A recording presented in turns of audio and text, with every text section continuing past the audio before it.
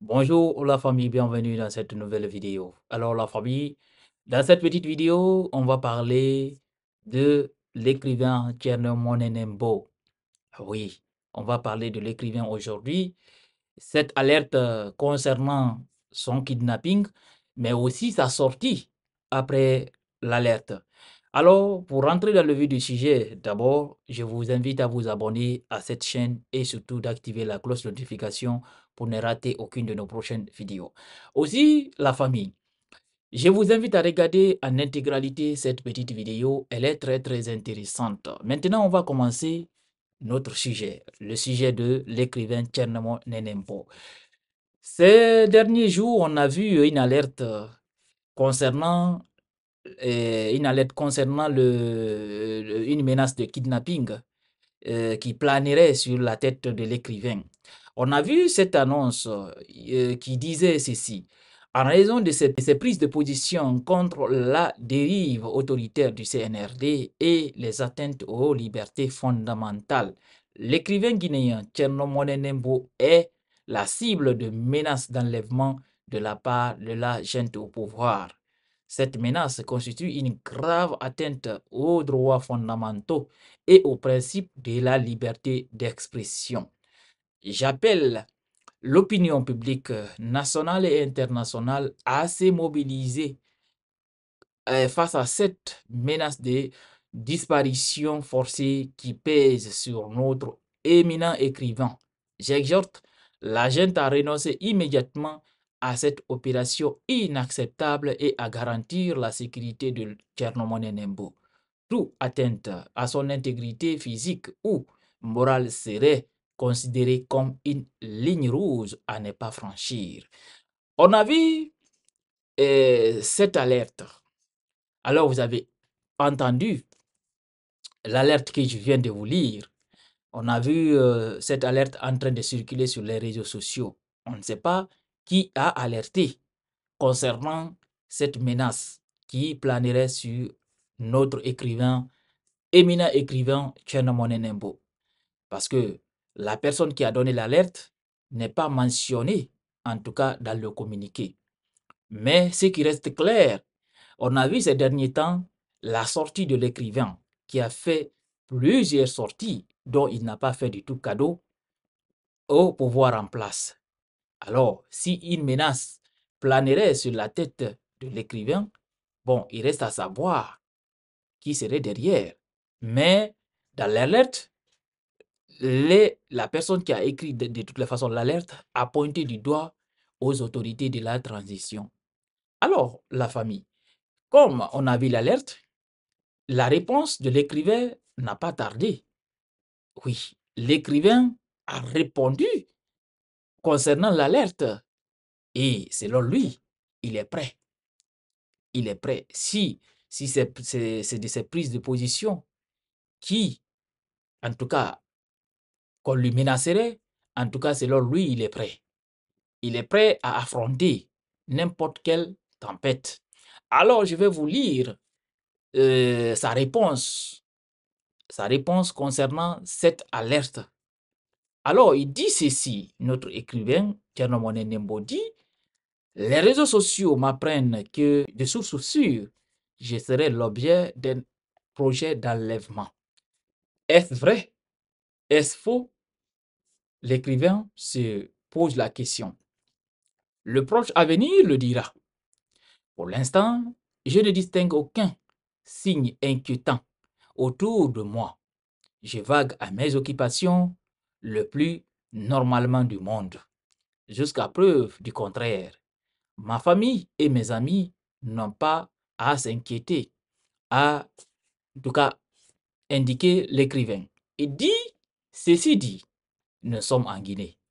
Cette prison à ciel ouvert où depuis 1958, nul n'est à l'abri de la brutalité du pouvoir. Ceux qui me connaissent savent que je suis prêt à tout et que rien ni personne ne réussira à me faire taire. Ma gueule reste ouverte. Seule la mort la fermera. Je n'ai pas peur. Les Guinéens n'ont plus peur. Plus aucun Guinéen n'a droit a la peur. S'il m'arrête, ce serait avec joie que je me retrouverai dans la même cellule que Fonike Mange, Piloba, Sadou Nimaga et Habib Marwan Kamara. Si jamais ils vivent encore, ces glorieux compatriotes enlevés en plein jour par les sbires de Mamadi Doumbouya. S'ils me tuaient, ce serait un honneur pour moi de mourir comme sont morts Fodeba Keita et Yaloteli. Un écrivain qui meurt pour ses idées est un écrivain qui a réussi sa vie. Je suis sûr qu'avec ou sans moi, le combat continuera et la démocratie vaincra. C'est les mots de notre écrivain, l'éminent Tchernomонene Mpo. Alors la famille, vous voyez, il faut que ce genre de méthodes changent dans notre pays. L'alerte concernant l'enlèvement de Habib Marwan Kamara, on a tous vu l'alerte là. L'alerte a été donnée quelques jours après. Habib Marwan, le journaliste, a été enlevé. Et cette fois-ci encore, on voit l'alerte concernant une menace de kidnapping qui planerait sur la tête de l'écrivain. Mais est-ce que cette fois-ci aussi, on va aller jusqu'à la réaliser? Seul l'avenir nous dira. Parce que Habib Marwan avait fait une sortie à travers ses avocats, avait alerté l'opinion nationale et internationale concernant des menaces d'enlèvement qui planaient sur le journaliste Habib Marwan Kamara. Et je vous ai dit ce que ça a donné, tout le monde a vu. Alors, dans un pays qui se dit démocratique, il faut que ces genres de méthodes changent dans notre pays. Sinon, ça va être très très difficile pour nous de voir au bout du tunnel. Parce que si dans un pays, les gens ne peuvent plus s'exprimer, les gens ne peuvent plus, au fait, exprimer leur opinion, les gens ne peuvent plus exprimer leur désaccord face à un régime, ce qui veut dire que c'est très très difficile. Oui, c'est très très difficile. Il faut que la personne qui est le père de la nation doit interdire, oui, il doit mettre terme à ce genre de comportement dans notre pays. Oui, parce que c'est son régime qui est en train de salir. Les personnes qui sont en train de réagir comme ça, en train de salir le régime du général Mamadi Doumbouya. Alors s'il n'est pas au courant, si il a quelque chose, en tout cas à avoir dedans, il faut qu'il mette terme. Et si les gens qui se comportent comme ça, il doit normalement les sanctionner comme ce que la loi exige. C'est personne qui enlève les citoyens.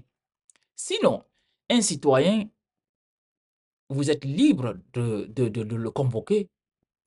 Au fait, marchez comme ce que nos lois disent en la matière. Vous devrez convoquer le citoyen. Ce n'est même pas une seule convocation. 2, 3. Si la personne ne répond pas, maintenant, vous pouvez faire ce que la loi vous exige de faire. Mais on ne peut pas aller tomber sur un citoyen en pleine circulation comme ce qui est arrivé à Habib Marwan. Aller tomber sur un citoyen, caillasser son véhicule, le faire sortir et l'envoyer dans un endroit inconnu. Ça ne se fait pas dans un pays qui se dit un état de droit. Aussi, on a vu comment les faux niqués ont été enlevés. Aller tomber sur eux à domicile, les enlever. Monsieur Nimaga, parce que c'est les personnes là, l'écrivain a parlé dans sa sortie. Alors, monsieur Nimaga, ce dernier selon les informations, a été invité par un opérateur économique dans un hôtel de la place. Et ce dernier aussi, on est tombé dessus et l'a enlevé. Alors, c'est inquiétant. C'est inquiétant. Et ça ne peut pas du tout aider les autorités. Parce que les gens vont dire que le pays n'est pas sûr. Et si le pays n'est pas sûr, aucun investisseur ne viendra mettre un centime de son argent dans un pays qui n'est pas sûr. Dans un pays où on enlève les citoyens en pleine circulation. Alors, il faut que ce genre de méthode change dans notre pays. On est en 2024, bientôt 2025. Jusqu'à présent, on entend des citoyens enlevés par-ci, par-là. Il faut que ça change. Alors la famille, c'est tout pour l'instant. Partagez cette vidéo au maximum. On se reprend très bientôt pour une nouvelle autre vidéo.